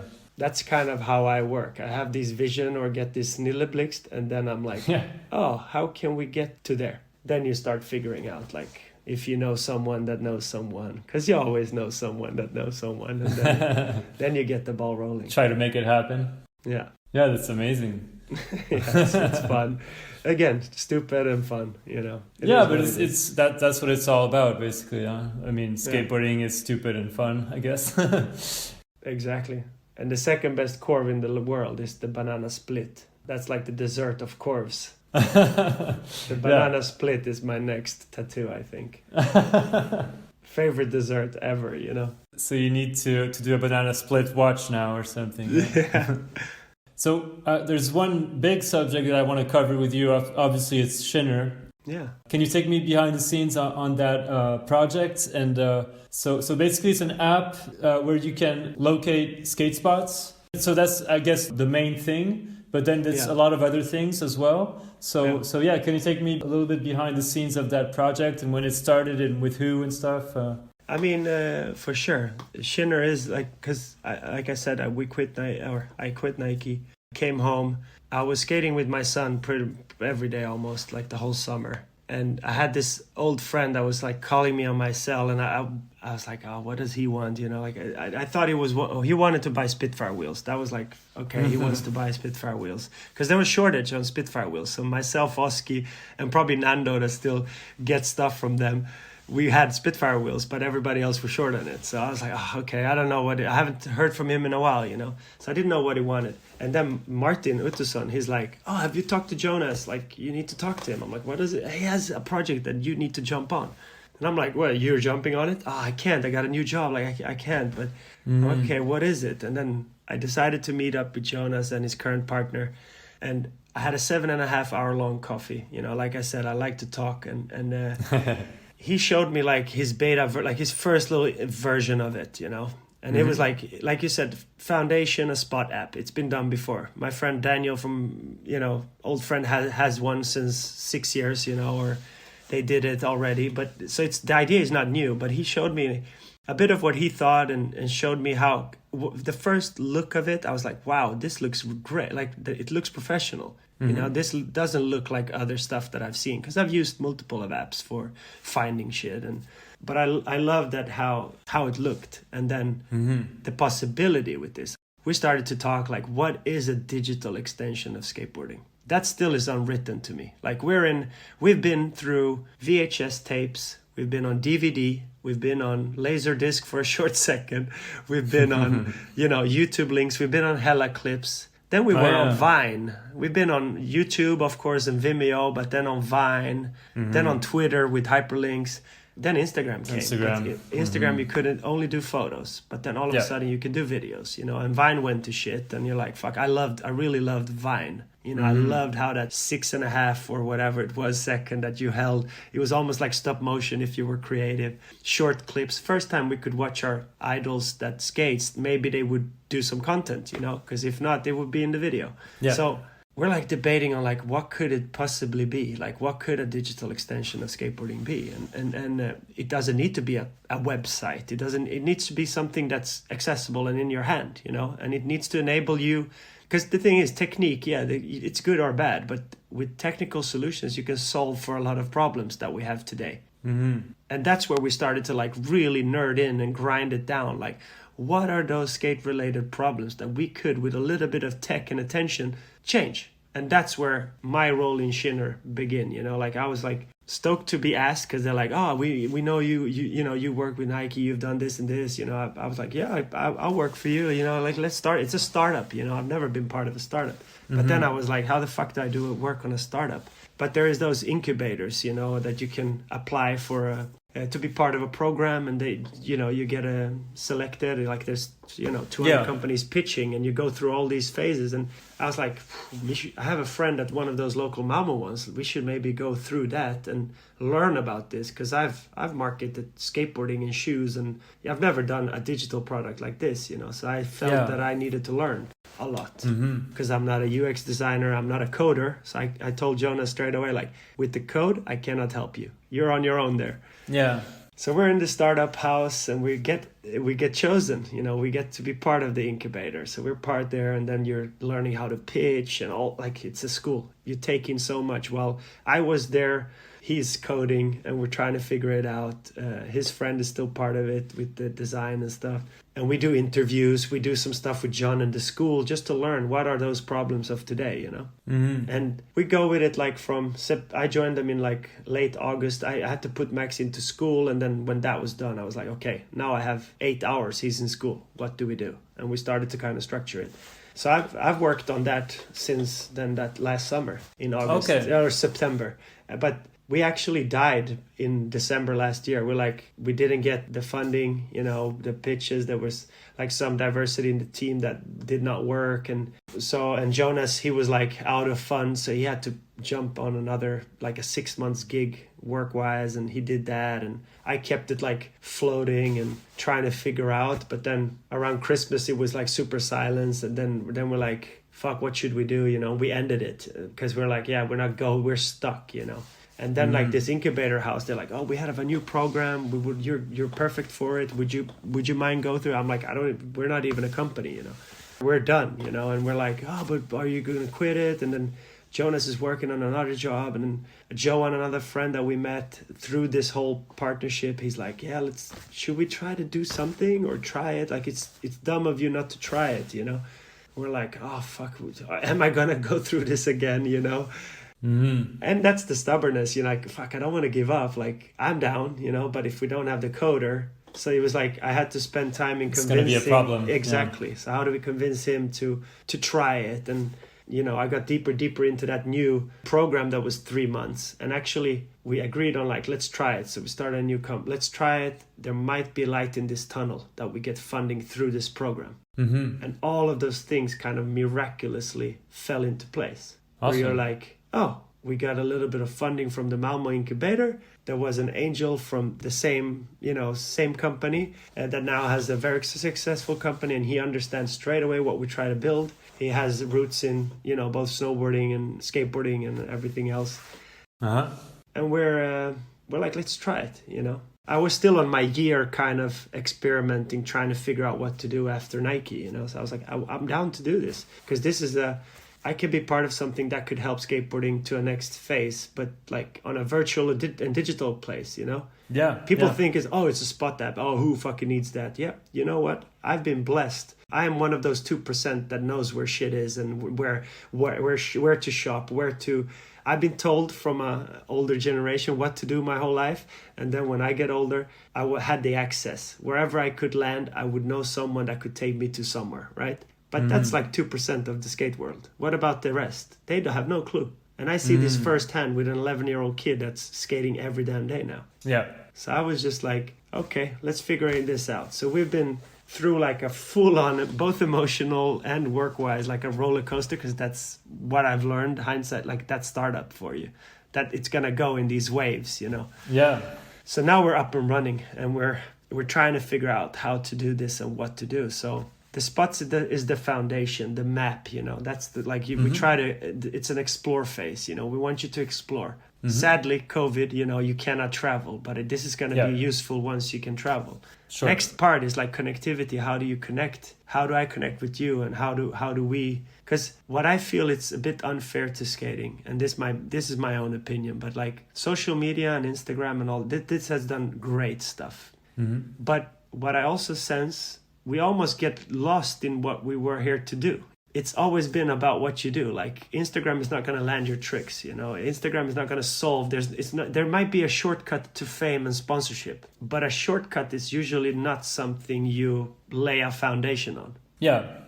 It's a shortcut for a reason, right? Mm-hmm. And I feel like maybe with some because we're old heads, but we're listening we've done so many interviews with the youth, and I'm so happy to have John in the school that we can learn, because I really want to learn from them to make the right corrections for because they're going to outlive us all. And so I need to make it right for them, Yeah. But like, we're looking at stuff like where you can see where your friends are. Imagine how many times I don't know if you skate with your phone in your pocket, but I certainly don't do. It's in my bag and it's there.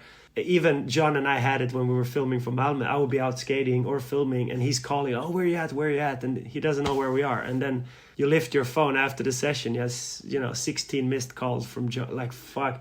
Yeah. Like, never miss a session again. Like, why shouldn't it be that we all know? You have your little click, and you're like, when you come to the spot, boom, gives you a push note. Hey, you just chucked it, or, Arnaud just checked in at the Red Banks, and you get that. Yeah. You're like at lunch break, and you're like, fuck, they're already there. I need to wrap up work and go. Create this FOMO of like, let's connect when we do it. It's an individual thing, skateboarding, but it's really boring alone. Yeah, no. So I just want to kind of build a tool where we can like connect with. Mapping it out, start connecting it. And I've heard my friends, "Oh, you're gonna blow up all the spot." Like, it's not about that, man. It's like, wake up and smell the wine. It's like 2021. ABD is almost erased if you ask a 16-year-old kid. They're gonna be like, "What are you talking about?" I felt like doing this trick. I'm gonna do it. Yeah. How many videos do we see every day? We're like, "Oh, that trick has been done." I thought so for the Malmö clip. I was like, shit, we need to kind of figure out what has been done, what hasn't. But then you're like, who cares? Nobody cares, honestly. Yeah, it's no longer a thing. Like, no. Yeah. But, see what's been done, because we're linking the footage to the place. So like seeing someone skating your place, or saying, we try to link the clips and build that library of all the tricks. If you want to learn switch tray, you search the switch tray and you see everything that's been done with the switch tray, because all the tricks are tagged, all the spots are tagged, all the videos are tagged. So we try to like make sense, instead of like Instagram where you see it for a short second and it's gone, and then you have to go back to someone's profile. But if they only posted on story, it's disappeared. There's no real, there's no tabs. You could populate shit with hashtag, but that's the only way.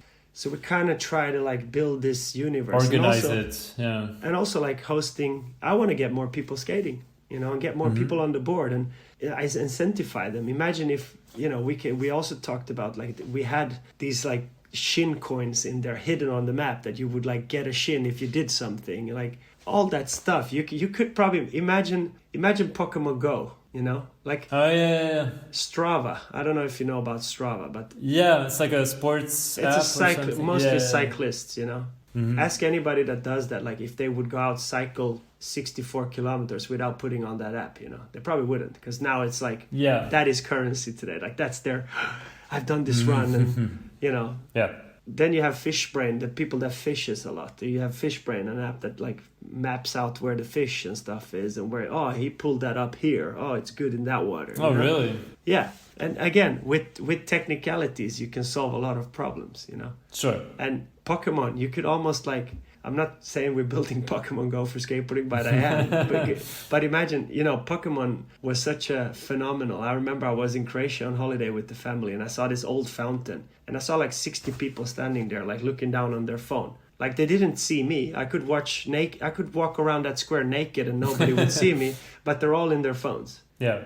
Shinner's direct translation to that would be, I have an event, there's a best trick on that spot, like a curb trick, let's say. They won't be standing there staring down their phone. It would be 60 active skaters trying to get the best trick on the ledge, right? Yeah. That's kind of what we're trying to do. We did like a side event at Copenhagen Open, we mapped out like 5 spots with Element, and there were money behind it, and, to get people to go, and do something while they're... try to get a cool trick. Because you might be intimidated to do it in the big contest. You can go and win something here. Or we've done projects all across, Europe, and we try to do something in the US. And I just want to see if there might be a new way of doing something fun with skateboarding. What is that new digital way, Yeah. Super interesting. We're just borrowing other formats, like Instagram was never made for skateboarding, and it's not going to do anything for skateboarding. But maybe we can build something that will build skateboarding, Yeah. Like a digital skate tool. That's kind of where we see ourselves going, it's not about the spots only, but if they're active, if you can pop up your phone when you come home from work and you're like, who's skating in the town? And you see like numbers, and people might choose that they're hidden or they're not, but you can kind of get a sum of, but most importantly, you see where your friends are. And keep track. Oh, you skated the same ledge for 30 days. Here's 3 new suggestions. I don't know. I don't know where it can go, but it's fun to see, and I think it's needed, an authentic digital platform. can you post clips? For example, if I just skated in front of my garage or something, I could post a video of me just like on Instagram. If the spot is there. Well, yeah, okay. The spot has to be, okay. This is my old head. Skateboarding, you always have to give something to get something, right? Yeah. So. But what's the spot? How do you define? Show me how you skate it, and you'll probably inspire people. You can take a photo and it looks like it's nothing, but then there's a clip to back it up, and you're like, oh yeah, but this is what I do.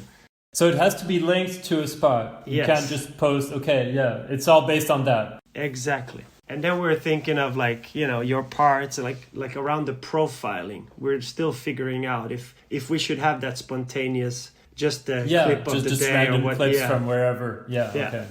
So basically, like for example, if I wanted to upload a clip, I would need to go to a spot that's already referenced on the app. Yeah. Or upload it yourself. There. Exactly. Yeah. Okay. So the spots needs to be there because the spots are the tricks landing page, and that's what we want to tie in. If not, it's just get lost. Yeah. But then we had an idea on your profile, maybe you should be able to house your edits and your mixtapes, because I hear more and more people just want to see, their friends and what they're doing. Because now we're thrown into this noise where, you're on the same platform as Kendall Jenner and Kanye West, and then there's skateboarding. It's like. We can argue forever what people think about it, but I just feel that what we want to create is something that is authentic but still digital, and potentially we can change the way some of the stuff been done. Yeah.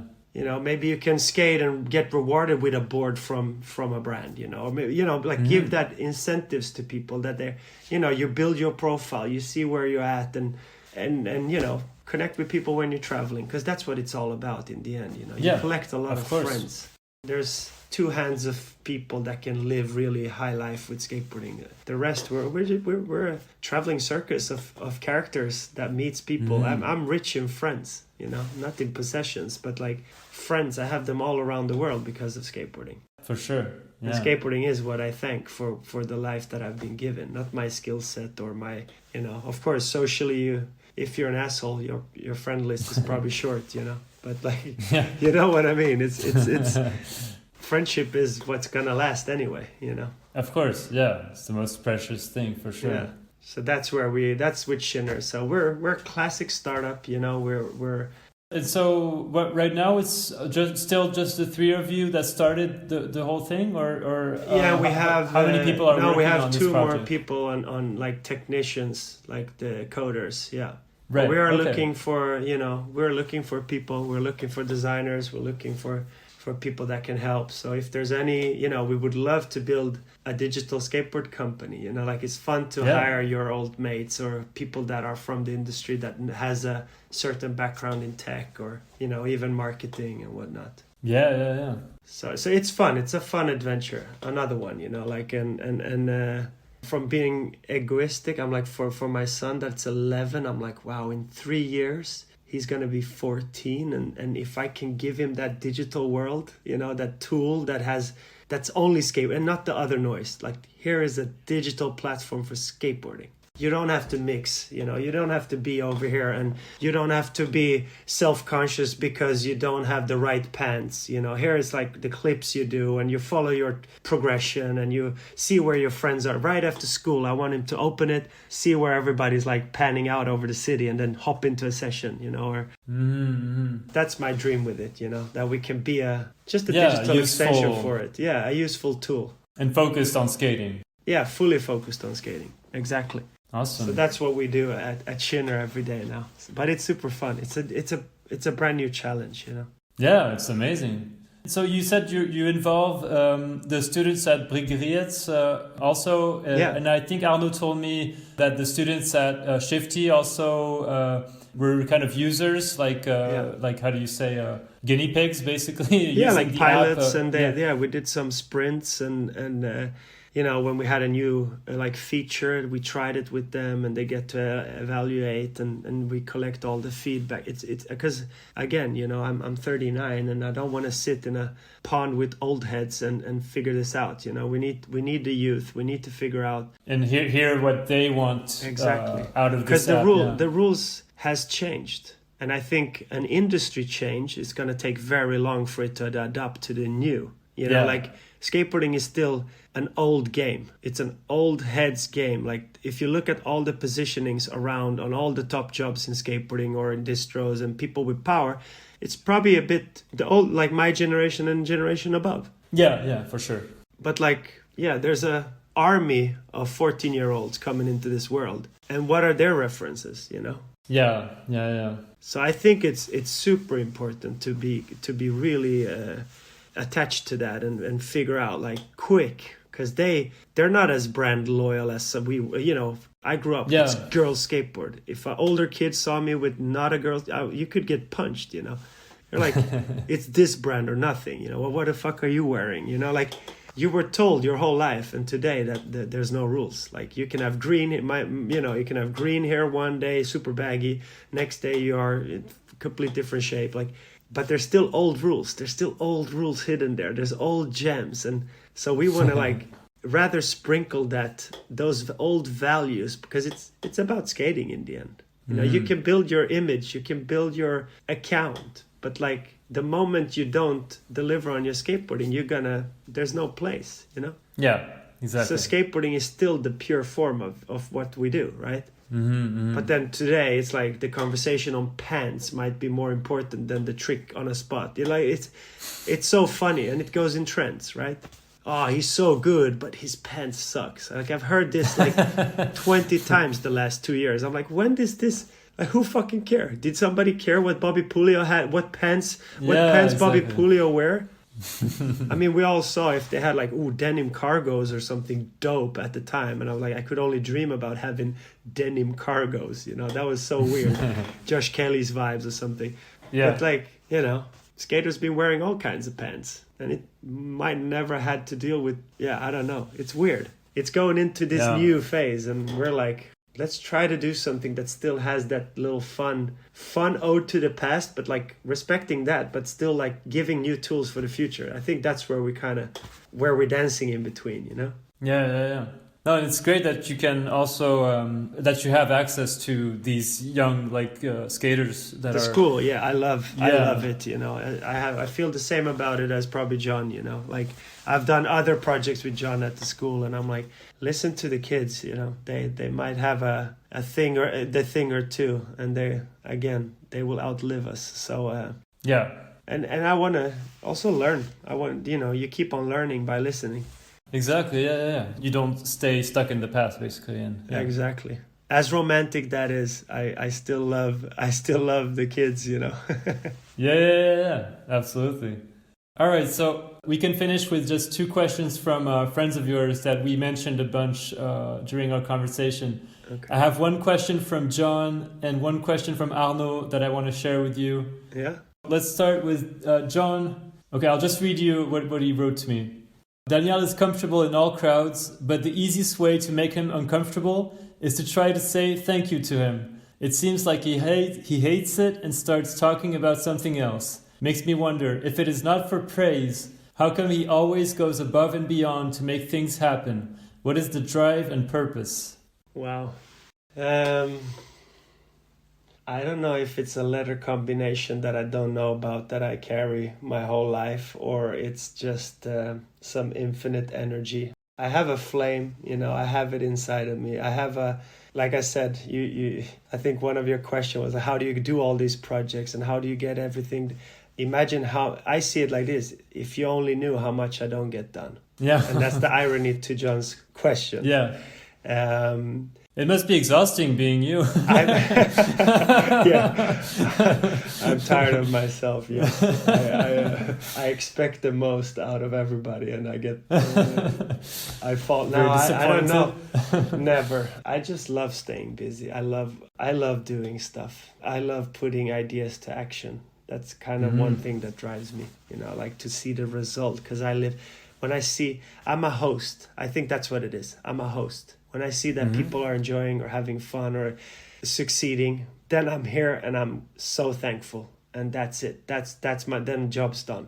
Okay. You know, I don't reflect maybe the day. How did I feel? No, I'm happy in the moment. You know, a bit naive, happy in the moment. You know, but like I don't know if that answers his question. But I have an inner drive, and I don't even know what it is. I want to do stuff. Throw me a bone, I'm like a Labrador. I just chop it. You know, I take it straight away. Yeah. All right, so let's finish off with Arnaud's question. Hey Jugga, how you doing, my man? You crazy karaoke monster. I actually got a question for you. What is your go-to track to sing, the one you really masterize? What's your go-to track? We're talking music track. Yeah, because he told me you're a huge karaoke guy. Yeah. So basically, it's like, what's your favorite song to sing in a karaoke? Stupid answer, but all of them. I end up singing every song in the book because it stops at 6:40 in the morning where you're cross-eyed and you have no voice. And that really depends on the crowd. I don't have a programmed one, to be honest, and that might disappoint Arnaud. Lately, it's been Green Day, Basket Case. Oh, yeah? Lately, when we try to start up the party at my local Thai restaurant. It was ABBA for years. ABBA is such a Desi Queen party starter. And me and Elko has Spandau Ballet Gold. Man, I have too many. La Bamba is an icebreaker. You do La Bamba, you kill everything, you know? So it's really... I haven't practiced one song where I'm like, yeah, this is my, you know. Yeah, this one is done. Like no, yeah. I wish, but it's not like that. There is multiple, and it's not like skateboarding then. No, and I don't have a trick like that either. Okay. But to end a karaoke night, I would recommend everybody to try "We Are the World" with Michael Jackson, and we are, we for Africa. You pass the mic through the whole place. I mean, people might cry in that session. I've seen that happen. Really? Wow. Yes. So I give Arnaud that one. If you're ever at a karaoke bar and the barman says, hey, 5 more minutes, you just go straight to the deck. You type in USA for Africa. That's a good answer. ender. Yeah, that's a good one. Amazing. That's it for my conversation with Danijel Stankovic. To learn more about Daniel's multiple projects, go follow him on Instagram at Juggaboltz, Juggaboltz. Go try out his smartphone app Shinner and follow its journey at Shinner app. Stock up on some pose details, caps, and clothes before they close down at Pose Details or posedetails.com. I will put up some links to Daniel's parts in In Search of the Miraculous and the Grey Area videos, as well as the Malmö video, which is a definite must-watch if you haven't seen it yet. Thank you very much for tuning in. Happy New Year, everyone. See you soon for more episodes of Beyond Boards.